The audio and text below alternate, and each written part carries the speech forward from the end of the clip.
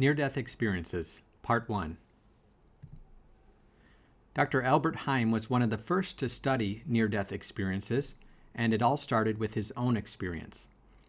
In 1871, Heim was leading an expedition when he slid down a cliff on a mountain in eastern Switzerland. He survived and reported his experience. As he was falling, time seemed to slow down for him. What I felt in 5 to 10 seconds could not be described in 10 times that length of time. He also experienced a life review bathed in a heavenly light and feelings of love and peace. Elevated and harmonious thoughts dominated and united the individual images, and like magnificent music, a divine calm swept through my soul. I became ever more surrounded by a splendid blue heaven with delicate roseate and violet cloudlets. In 1892, after gathering evidence from other accident survivors, Heim gave a presentation on what people experienced in what appeared to be the last seconds of life. In 1975, following his medical residency, Dr. Raymond Moody published his analysis of 150 near-death cases in the U.S. in his book, Life After Life. In the process, he coined the phrase near-death experience. A near-death experience is a lucid experience associated with perceived consciousness apart from the body occurring at the time of actual or threatened imminent death.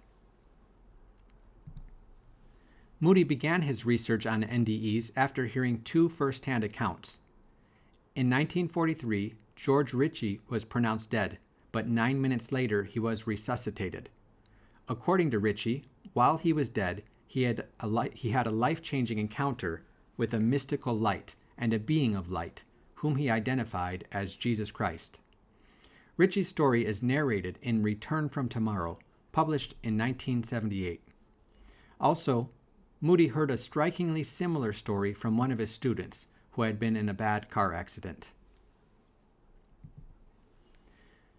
In his study, Moody identified the following core elements of NDEs: ineffability, or the fact that it cannot be fully described in words; hearing the news that they are dead; feeling peace and quiet; hearing distinct noises; going through a dark tunnel; leaving the body; meeting others; encountering a being of light; having a life review; seeing a border or limit; and then returning to the body.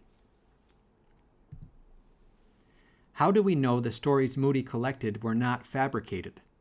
Moody responds, "How is it that many people just happen to have come up with the same lie to tell me over a period of 8 years? Collusion remains a theoretical possibility here.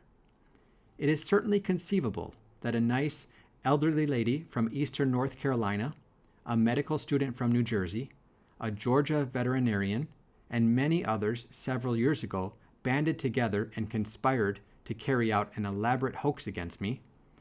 However, I don't regard this to be a very likely possibility." While Moody believes in a world after death, he does not think NDEs can prove in a logical or scientific way that there is life after death.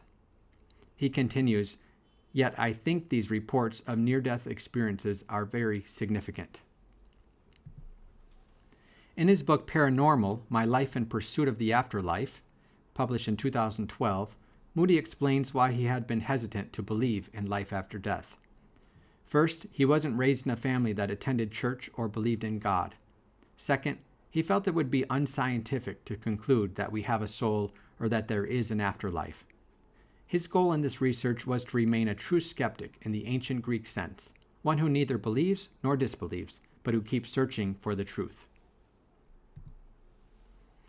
In the conclusion of Paranormal, Moody affirms life after death with this statement: "I think we enter into another state of consciousness that is so extraordinarily different from the reality we have here in the physical world that the language we have is not yet adequate to describe this other state of existence or consciousness."